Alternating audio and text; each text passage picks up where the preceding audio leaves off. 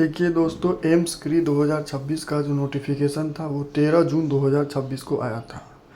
इसका मतलब form apply 13 जून से स्टार्ट था और लास्ट डेट जो था इसका वो 3 जुलाई था। ठीक है। और इसका जो एग्ज़ाम डेट है मतलब यूडीसी का वो 25 जुलाई को शनिवार को मॉर्निंग शिफ्ट में था। ठीक है। लेकिन इसमें क्या हुआ, डोमेन एक था जो कि अकॉर्डिंग टू नोटिफिकेशन में ग्रुप 3 में लिखा था मैथ और इंग्लिश, और ग्रुप 2 के डोमेन में लिखा था CCS rule, FR, SR, office procedure, computer. ठीक है। लेकिन इन्होंने क्या किया, ग्रुप 3 में डोमेन में ये जो मैथ और इंग्लिश लिखा है, और ग्रुप 2 में इन्होंने अकॉर्डिंग टू नोटिस के अनुसार ये लिखा है सीसीएस रूल, ये ऑफिस कंप्यूटर, ये सब इन्होंने क्या किया, उल्टा कर दिया। मतलब ग्रुप 2 में जो लिखा है ये सब नोटिफिकेशन सीसीएस रूल के बारे में, उसने क्या किया, एग्ज़ाम में ग्रुप 2 वाले डोमेन को ये पूछ लिया। ठीक है। वो आगे हम डिस्कस करेंगे। तो पहली बात तो एग्ज़ाम डेट इसका हुआ 25 जुलाई को, आज एग्ज़ाम डेट था। लेकिन ग्रुप अकॉर्डिंग टू नोटिस के अनुसार एग्ज़ाम नहीं हुआ। ग्रुप 3 में हमको क्या पूछना था, डोमेन में मैथ और इंग्लिश पूछना था, लेकिन पूछा क्या, कुछ और पूछा। वो डिस्कस करते हैं। आज का पेपर कैसा रहा, तो पेपर में कैसा, सेक्शन 1 और सेक्शन 2 जो थे वो ऑफिस और CCS rule, computer, SR, FR के रिलेटेड क्वेश्चन आए थे। यानी मोटा मोटी बात कीजिए 40 क्वेश्चन उसी के थे। और ये ग्रुप 3 में डोमेन में है ही नहीं, नोटिस में भी है नहीं, नोटिफिकेशन में भी नहीं है। ठीक है। ये कहाँ पे है, ये तो ग्रुप 2 के नोटिफिकेशन में ये सब रूल डोमेन में लिखा हुआ है। ठीक है। और ग्रुप 2 में क्या है, तो ग्रुप 3 में मैथ्स और इंग्लिश है, बाकी मैथ्स और इंग्लिश है। अच्छा, अब बात करते हैं बाकी पेपर। बाकी जो 100 क्वेश्चन टोटल आया था उसमें से 40 क्वेश्चन मान के चलो ये था। बाकी जो पेपर था जिसमें मैथ्स 30 क्वेश्चन थे जो कि ईजी था, और बाकी जो थे जीके, कंप्यूटर, इंग्लिश, उसकी कोई संख्या नहीं है। इंग्लिश के तो बता रहे हैं कि क्वेश्चन लगभग नहीं के बराबर थे, यानी 3-4 क्वेश्चन मुश्किल से था। ठीक है। तो ये सब चीज़ें हो गई। अब ये क्या कि ग्रुप 2 का जो पोस्ट कोड है वो ग्रुप 3 में पूछ लिए डोमेन में, और पता नहीं ग्रुप 2 में पूछे हैं कि नहीं पूछे, कि ग्रुप 2 में उल्टा पूछ लिए हैं, मैथ और इंग्लिश पूछ लिए, वो तो हमें नहीं पता। लेकिन ग्रुप 3 में जो पूछे हैं आपने डोमेन, वो ग्रुप 2 का पूछ लिए। ठीक है।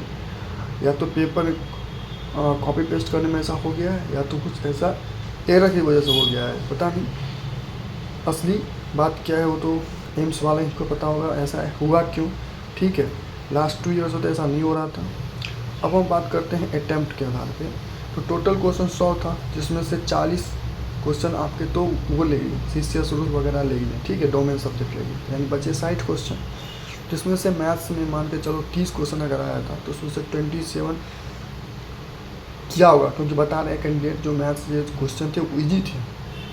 तो 27 मान लो, 27 प्लस भी किया होगा, किसी ने 30 भी किया होगा। 2-4 क्वेश्चन हो सकते हैं कैलकुलेटिव थे, बता रहे थे, जैसे कंपाउंड इंटरेस्ट के क्वेश्चन सब वगैरह सब 1-2 कैलकुलेटिव थे। ठीक है।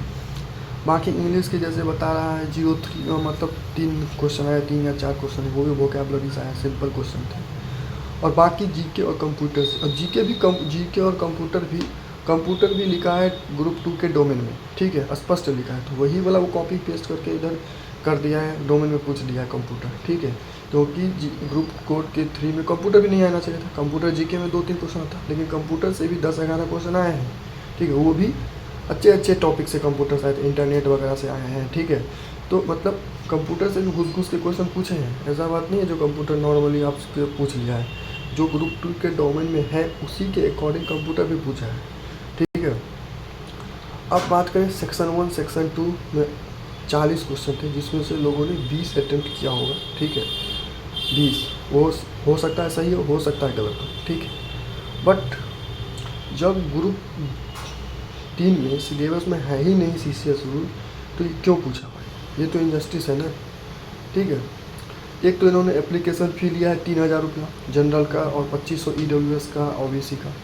हाँ, एग्ज़ाम कंडक्ट सही से नहीं हो रहा है, अकॉर्डिंग टू नोटिफिकेशन एग्ज़ाम नहीं हो रहा है। ग्रुप 2 का ग्रुप 3 में पूछ रहे हैं, ग्रुप 3 का ग्रुप 2 में पूछ रहे हैं डोमेन। ठीक है। इतना पैसा लगा के लोग एग्ज़ाम देते हैं, 3-3 हज़ार का कम होता है एग्ज़ाम देना। फिर एग्ज़ाम सेंटर जाते हैं, इतने दूर सेंटर जाते हैं एग्ज़ाम देने, फिर जाके देखते हैं तो आउट ऑफ सिलेबस ये क्वेश्चन आ जाता है, सिलेबस मेंशन ही नहीं है नोटिफिकेशन में, फिर भी क्वेश्चन आ जाता है। तो ये सब चीज़ें अभी भी चल रही है। इससे किसको बेनिफिट हुआ? अगर डोमेन से जो पूछा है ग्रुप 2 में, ग्रुप 3 में, तो उससे किसको बेनिफिट हुआ? जो लोग काम कर रहे हैं ऑफिस में, उसको ये पूरा बेनिफिट नहीं हुआ, क्योंकि उसको ये पता था कि ग्रुप 2 ग्रुप 3 के डोमेन में ये सब नहीं आएगा, तो हम सब क्यों पढ़े इसी से। तो थोड़ा बहुत बेनिफिट हुआ होगा, लेकिन प्लस में ही हुआ होगा बेनिफिट उसको। तो जो फ्रेशर कैंडिडेट हैं, जो जिन्होंने कुछ नहीं ऑफिस नहीं ज्वाइन किया, जो फ्रेशर है, न्यू ज्वाइन किए हैं, जो न्यू जो कैंडिडेट हैं, उनके लिए तो इनजस्टिस है ना। एक तो आप 3000 रुपये लेकर फॉर्म भरवा रहे हो, ऊपर से सही से आप एग्ज़ाम कंडक्ट नहीं करवा रहे हो, तो ये कहाँ तक मतलब जायज़ है बताइए। ठीक है, एक एग्ज़ाम जो कि सिंगल एग्ज़ाम होता है, इसमें सिंगल, इसके बाद इसमें कुछ नहीं होगा, टाइपिंग होगा बस। एग्ज़ाम कंडक्ट, एक सिंगल एग्ज़ाम कंडक्ट नहीं सही से हो रहा है, और उल्टा पुल्टा क्वेश्चन पूछ रहे हैं। कईयों ने बताया जो इंग्लिश का क्वेश्चन ही नहीं था, इंग्लिश का क्वेश्चन भी हिंदी में कर दिया था, ऐसा भी कुछ कैंडिडेट ने बताया है। अब बात करते हैं रीकंडक्ट। तो रीकंडक्ट तो भाई एग्ज़ाम होना चाहिए according to notice. Group code 3 में है ही नहीं मैथ इंग्लिश, तो ग्रुप कोड 3 में डोमेन में मैथ इंग्लिश था, लेकिन आपने पूछा ही नहीं, तो वो तो नाइंसाफ़ी है उसका। या तो आप आके जवाब दीजिए, जो मैंने से डोमेन में एक पूछा नहीं था, आपने स्पष्ट ग्रुप 2 का जो डोमेन है वो को कॉपी करके ग्रुप 3 में आप पूछ लिया। ठीक है, ये कहाँ से भाई इसका कोई रास्ता मिला आपको? ठीक है,